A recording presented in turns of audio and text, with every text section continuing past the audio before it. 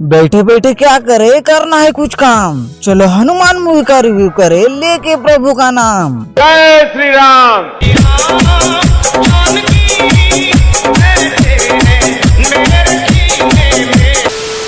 चलो finally Hanuman movie देखने का जो हमें सौभाग्य प्राप्त हुआ, उसके लिए हम अपने जन्मदाताओं के और साथ ही इस फिल्म के राइटर और डायरेक्टर प्रशांत वर्मा के आभारी हैं, जिन्होंने हमें हनुमान जैसी मास्टरपीस मूवी दिखा के आदि पुरुष के सदमे से बाहर निकाला। अगर इस फिल्म की कहानी की बात करें तो इसकी कहानी की शुरुआत होती है काल्पनिक जगह अंजनाद्रि से। ये वो जगह है जहाँ पे त्रेता युग में हनुमान जी ने जन्म लिया, जहाँ पे इनका बचपन बीता। कहानी तब मोड़ लेती है जब बाल हनुमान ने सूरज को फल समझ के निगल लिया था और उस समय देवराज इंद्र ने अपने वज्र से बाल हनुमान पे प्रहार किया था और वही इंद्र के वज्र के प्रहार से बाल हनुमान को चोट लग जाती है और उनके रक्त के एक बूंद धरती पे एक समुद्र की शिप में गिर जाती है और वहाँ पे वो एक मणि के रूप में तब्दील हो जाती है, जिसको नाम दिया गया है रुद्र मणि। रुद्र यानी कि ब्लड।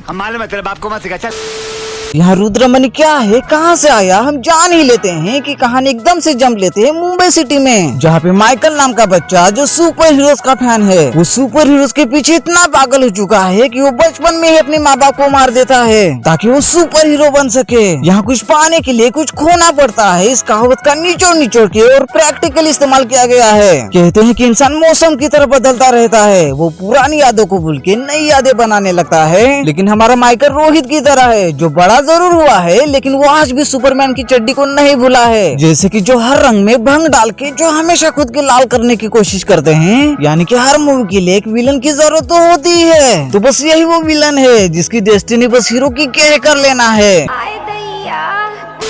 यहाँ विलन ने अपनी औकात दिखाई दी थी कि कहानी जंप लेती है हीरो की टाइमलाइन अंजनाद्रि में। ये वही अंजनाद्रि है जहाँ त्रेता युग में हनुमान जी का जन्म हुआ था। अब कहानी त्रेता युग से कलयुग तक का सफर कर चुकी है। अब प्रेजेंट टाइम में वही अंजनाद्रि में हमारे हीरो हनुमान की एंट्री बंदर के पीछे दौड़ते हुए स्लो मोशन में हो जाती है। वहाँ हनुमान बंदरों के मुँह से आम छीन के गाँव के बच्चों में वो आम बांट कर उनके दांत खट्टे करता है। बेरोजगार के कारण वो लोगों की सस्ती चीजें चुराता है और जब भूख लगे तब वो दौड़ के आता है अपनी इकलौती बहन अंजमा के पास। यही हनुमान का एक दोस्त भी है काशी, जो दूध बेचने के साथ कॉमेडी भी अच्छी खासी कर लेता है। और जैसा कि दाने दाने पर लिखा होता है खाने वाले का नाम, ठीक वैसे ही हर हीरो के माथे पर लिखा होता है एक सुंदर नारी का नाम।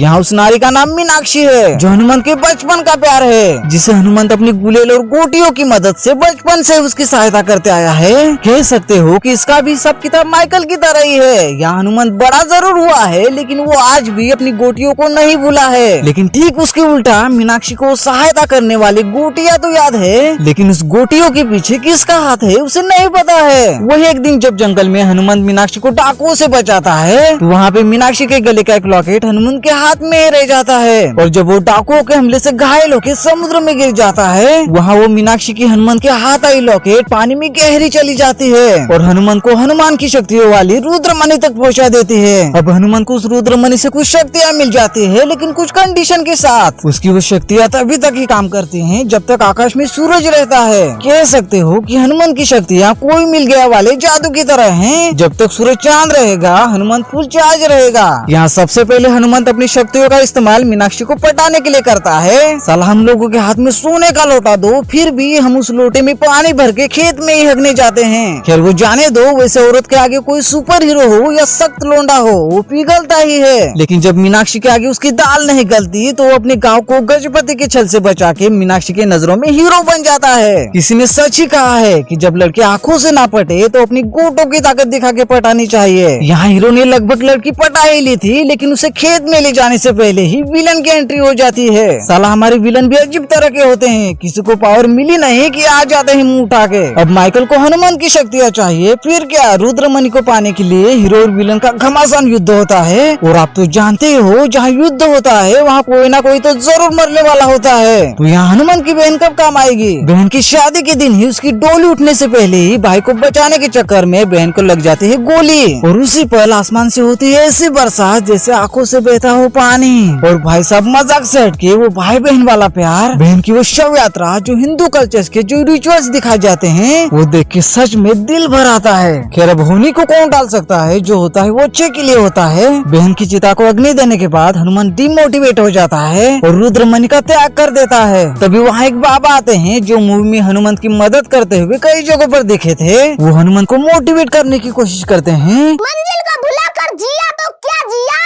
मंजिल को भुला कर जिया तो क्या जिया।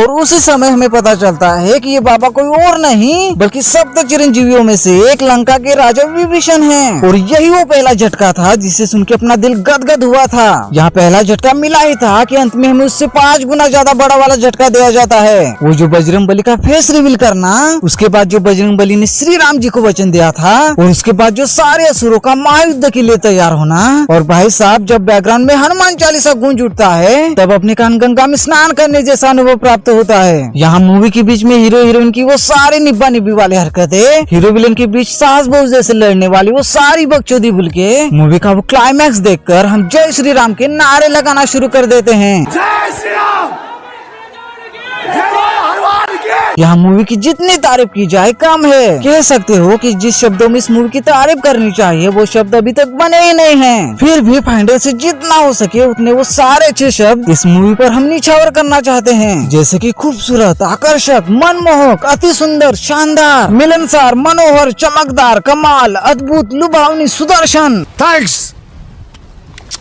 खैर फिलहाल हम अपनी भावनाओं को काबू में रखते हैं और इस वीडियो का अंत यहीं पे करते हैं।